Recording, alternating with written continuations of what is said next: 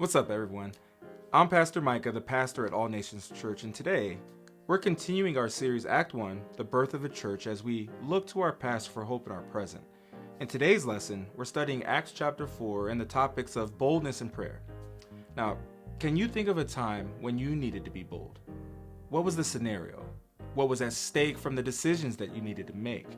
You see, boldness can be hard to find when the stakes are high. The first situation that comes to mind for a time that I needed to be bold is when I asked Dorothy to marry me. I flew over to England on spring break because she was studying abroad at the time, and I had the ring in my pocket the whole time, and it was burning a hole in that pocket. And it wasn't long before the situation just felt, right. And at that moment, my mouth went completely dry. I forgot the words that I had rehearsed during the entire 8-hour flight from Chicago to London, and I was terrified. Even though we had already talked about getting married, and Dorothy was expecting me to propose at some point during my trip over there, what if she said no? What if she changed her mind about wanting to spend the rest of her life with me? What if some crazy situation took place like a movie and I opened the ring box and it popped out and bounced around and got lost forever? The reality of getting married hit me hard. And at that moment, I needed some real boldness so that I could stumble through some very cheesy words before asking Dorothy to marry me. Asking someone to marry you is in part a life and death situation. The vows that you speak, at least the intentionality on that particular day, are to be with that person till death do you part. And marriage is a common image of the church to Jesus, where the church is the bride and Jesus is the groom. And through our baptism, we're in this thing with Jesus to the very end, through all the ups and downs and so on. And the early church found themselves in the down part of this relationship of being a Christian pretty quickly.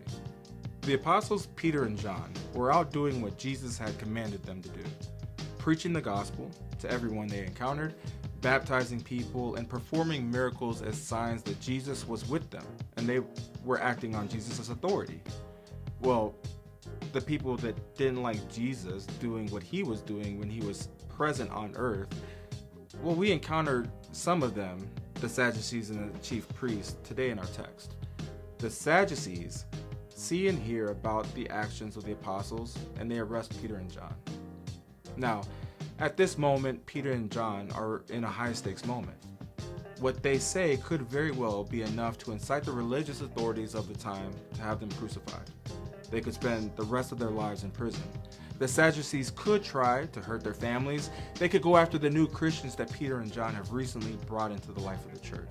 But still, Peter and John stand boldly in front of the Sanhedrin, the religious court, and they preach about Jesus. They preach the gospel. Peter and John are strengthened by their faith, and they are able to do what Jesus has called them to do regardless of the stakes. In today's lesson, we're also going to look at what happened next. Peter and John go back to the church. They tell them what happened, and the people pray for boldness. This prayer is something that you naturally do. When you do pray, what are the types of things you pray for? Do you pray for yourself and boldness of faith? Do you pray for your brothers and sisters in Christ? Do you pray for your enemies?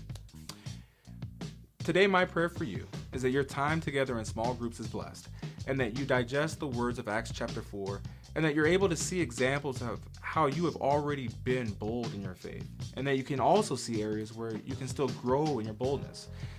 Take care, everyone, and I'll see you next time.